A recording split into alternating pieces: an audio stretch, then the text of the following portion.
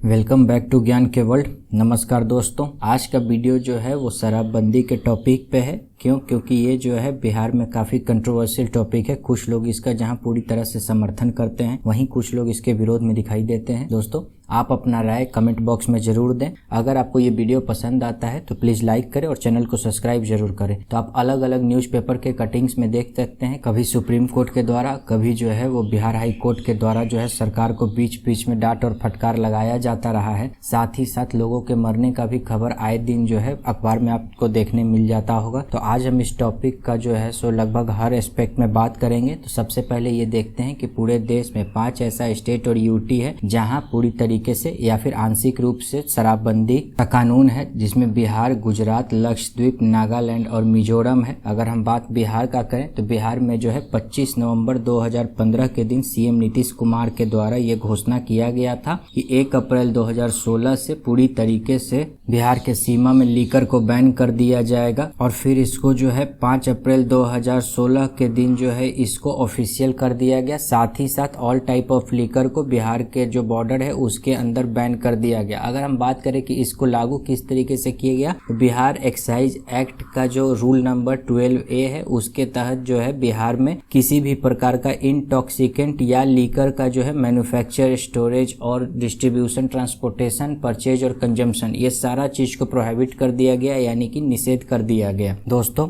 अगर हम बात करें बिहार में लीकर कंजम्पशन का, तो वो भी जो है पूरी तरीके से क्रिमिनल ऑफेंस है। क्योंकि ये आर्टिकल 37 के तहत लीकर कंजम्पशन पर जो है 2-3-5 हजार का पेनाल्टी है और मैक्सिमम 30 डेज का जो है सो इम्प्रिजमेंट भी है, यानी कि जेल का सजा भी की दिया जा सकता है। उसके बाद बात करें कि ये बिहार सरकार के द्वारा संविधान के किस अनुच्छेद के तहत इसको लागू किया गया था, तो डीपीएसपी के तहत आने वाला आर्टिकल 47। डीपीएसपी क्या होता है? Directive principle of state policy होता है डीपीएसपी। इसी को हिंदी में जो है राज्य के नीति निर्देशक तत्व भी कहा जाता है और ये आर्टिकल 36 से 51 तक आता है। और इसके तहत जो भी प्रावधान है उसको आप न्यायालय में जो है चैलेंज नहीं कर सकते हैं और ये कॉन्स्टिट्यूशन के पार्ट 4 में आता है। अगर हम बिहार के दृष्टिकोण से लीकर बैन को देखें तो लीकर बैन का एक महत्व तो जरूर सामने आया है, जिसके तहत जो भी परिवार पॉवर्टी लाइन के नीचे होता था उसके पहले अल्कोहल के ऊपर हाई स्पेंडिंग होता था, काफी ज्यादा खर्च कर देता था। कि अल्कोहल बैन होने के बाद जो है उसके खर्च में कुछ कटौती हुआ है। उसके बाद अगर देखा जाए तो इसके द्वारा जो है जो डोमेस्टिक अब्यूज है उसमें भी गिरावट देखने को मिला है। उसके बाद जो पब्लिक न्यूसेंस होता था, यानी कि उपद्रव का भी घटना में काफी गिरावट देखने मिला है। साथ ही साथ एक्सीडेंट और क्राइम में भी जो है वो काफी सकारात्मक इसमें सुधार देखने को मिला। उसके बाद अगर बात करें कि बिहार का जो प्रोहिबिटेशन था क्या वो सक्सेसफुल रहा, तो इसके बारे में आप जुडिशियरी के डेस्पिरेशन को आप महसूस करते हैं। जो डिसीजन आया था अक्टूबर 2022 में, जो पटना हाई कोर्ट के द्वारा जो क्लियरली ये कहा गया था कि बिहार गवर्नमेंट का जो ये डिसीजन था कंप्लीट बैन का, वो पूरी तरीके से अनसक्सेसफुल रहा है, खास करके इसके इम्प्लीमेंटेशन में। यानी कि इन्होंने नियम तो बना दिया लेकिन उसका पालना कराने में ये कहीं न कहीं विफल साबित हुआ। 20 तक के एनसीआरबी का जो डेटा आया था, नेशनल क्राइम रिकॉर्ड ब्यूरो का, तो उसके तहत जो है बिहार का जो है क्राइम में जो रैंक था वो 25th था ऑल ओवर द कंट्री में। अगर इसके अनसक्सेसफुल होने के अगर कारण की बात करें तो सबसे पहला जो कारण है कि बिहार के पास जो पुलिस टू पब्लिक जो रेशियो था वो काफी कम था। जहां देश का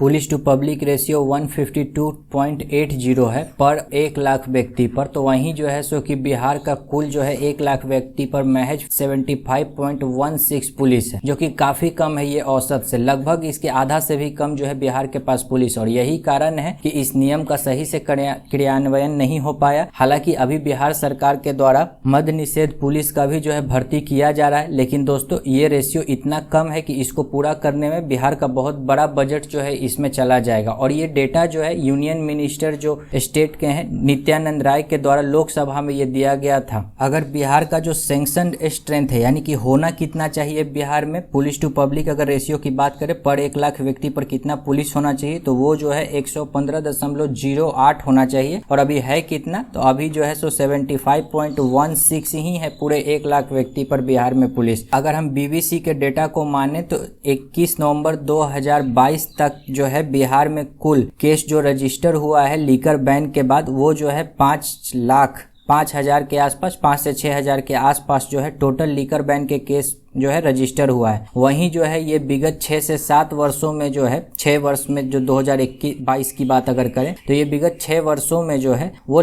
तकरीबन 2.5 करोड़ लीटर जो है इलीगल लीकर को जो है पुलिस के द्वारा किया गया है। उसके बाद अगर देखा जाए तो बिहार के ऊपर ये जो प्रोहिबिटेशन है वो किस प्रकार से इम्पैक्ट किया है, तो ये जो है काफ़ी चिंताजनक है। ये जो है सोशल, हेल्थ और इकोनॉमिक तीनों ही पैरामीटर पे जो है बहुत ज़्यादा डेंट लगाने का काम किया है। सोशल स्ट्रक्चर की बात अगर करें, बिहार में जो है वो लीकर ट्रेड में, यानी कि जो इलीगल लीकर ट्रेड है उसमें महिलाओं और बच्चों का भी शामिल होना ये काफ़ी जो है हॉरिफाइंग है, काफ़ी चिंता का बात है। अगर हेल्थ के केस में बात करें तो जहरीला शराब एक बहुत बड़ा चुनौती है सरकार के लिए भी। उसके बाद अगर इकोनॉमिक पैरामीटर से बात करें तो बिहार के पास लगभग 4000 करोड़ का रेवेन्यू जनरेट होता था। और ये कब का है, तो ये 15-16 का डाटा है। 2015-16 का ये जो डेटा है ये 4000 करोड़ रुपया तक जो है सो बिहार सरकार के पास आता था, जो ये पूरी तरीके से खत्म हो चुका है। उसके अगर हम और बात करें तो इसमें जो है सो कि एक प्रकार का अपॉर्चुनिटी जो है डेवलप हो गया है। किसके लिए,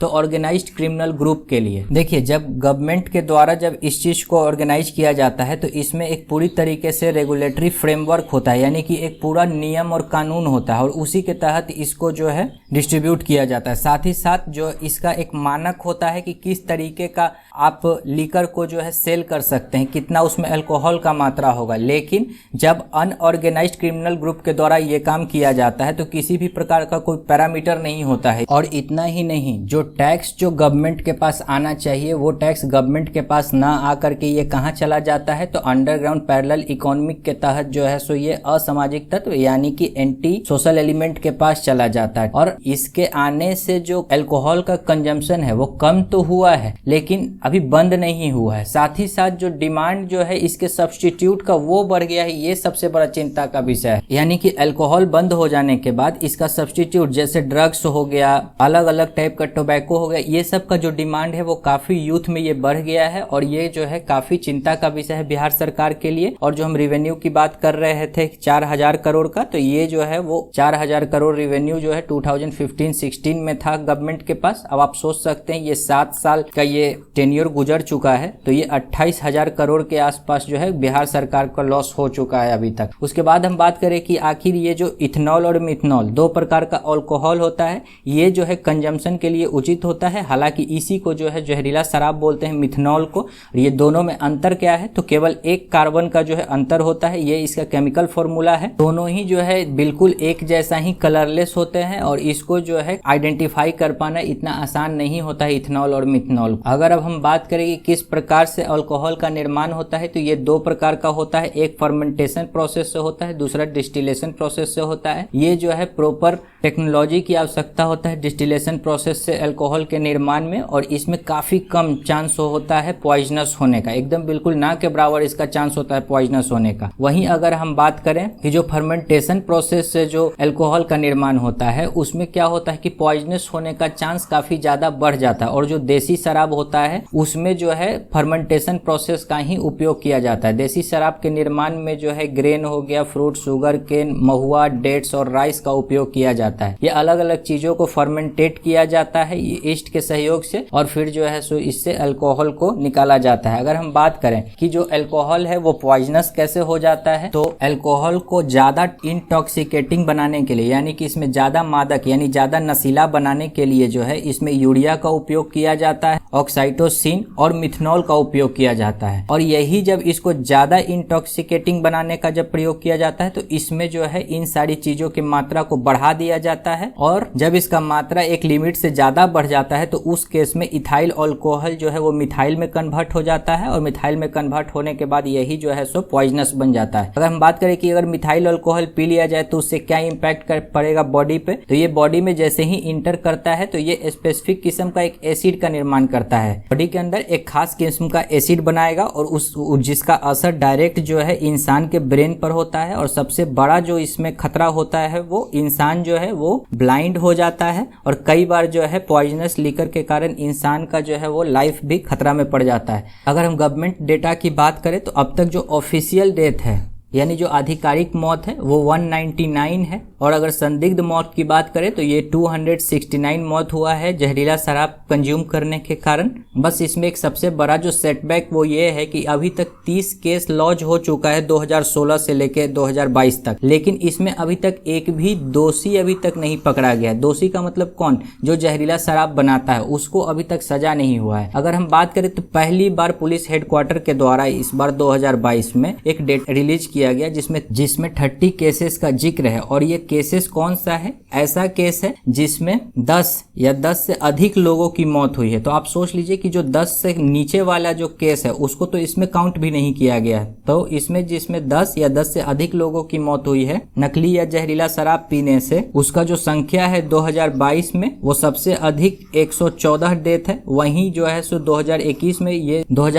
में ये डेथ काउंट महज 64 था। उसके बाद अब देखें कि गवर्नमेंट का जो अब रवैया है काफी सॉफ्ट होता जा रहा है धीरे धीरे। जो 2016 में पूरी तरीके से इस शराबबंदी को लागू किया गया था और नियम काफी हार्श और स्ट्रांग था, जिसके तहत गवर्नमेंट काफी स्ट्रिक्ट एक्शन ले रही थी, वहीं अब गवर्नमेंट के द्वारा अपने ही जो बनाए गए नियम है उस पे यू टर्न लिया जा रहा है। अगर हम बात करें तो आज से कुछ समय पहले ही नीतीश कुमार के द्वारा एक स्टेटमेंट आया था कि जो शराब पिएगा वो मरेगा, लेकिन हाल ही में जो है ड्राई स्टेट बिहार के सीएम नीतीश कुमार के द्वारा मंडे को ये अनाउंस किया गया कि 2016 से लेके अब तक जिनकी भी मौत जहरीला शराब पीने के कारण हुआ है उनको 4 लाख रुपए का एस्ग्रेसिया दिया जाएगा, यानी कि मुआवजा दिया जाएगा। और ये घोषणा कब हुआ है? तो जब पूर्वी चंपारण में लोगों की मृत्यु हो गई थी उसके बाद ये जो है स्टैंड नीतीश कुमार के द्वारा लिया गया है। और पुलिस के द्वारा भी ये कहा गया है कि जो लोग भी 2016 से अब तक मरे हैं उनका रिकॉर्ड निकाला जाएगा और उनको 4 लाख रुपए का जो है वो मुआवजा दिया जाएगा। इसमें एक कंडीशन लगा दिया गया है और वो कंडीशन ये है कि फैमिली मेंबर को एक रिटन स्टेटमेंट जो है वो डिस्ट्रिक्ट मजिस्ट्रेट को देना होगा, जिसमें कि उनके द्वारा ये कहा जाएगा कि ये जो डेथ हुआ है वो जहरीला शराब पीने के कारण हुआ है। साथ ही साथ अब वो शराब का सप्लायर कौन था, यानी कि जो उसको बनाने प्रोड्यूसर कौन था जिससे वो खरीदा, वो प्रोक्योर किससे किया था, इसका जो है सो डिटेल डिस्क्लोज करना पड़ेगा। अगर ये इस डिटेल को डिस्क्लोज करते हैं तो इनको जो है वो 4 लाख रुपए का मुआवजा राशि दिया जाएगा। और ये सरकार का स्टैंड किस लिए है? ताकि जो है जो भी जहरीला शराब का निर्माण करता है उसको जो है पकड़ने के लिए ये स्टैंड काफी कारगर हो सकता है। तो दोस्तों ये था बिहार के शराबबंदी पर सारा फैक्ट। आपको अगर पसंद आता है तो प्लीज वीडियो को लाइक करें और चैनल को सब्सक्राइब जरूर करें। धन्यवाद।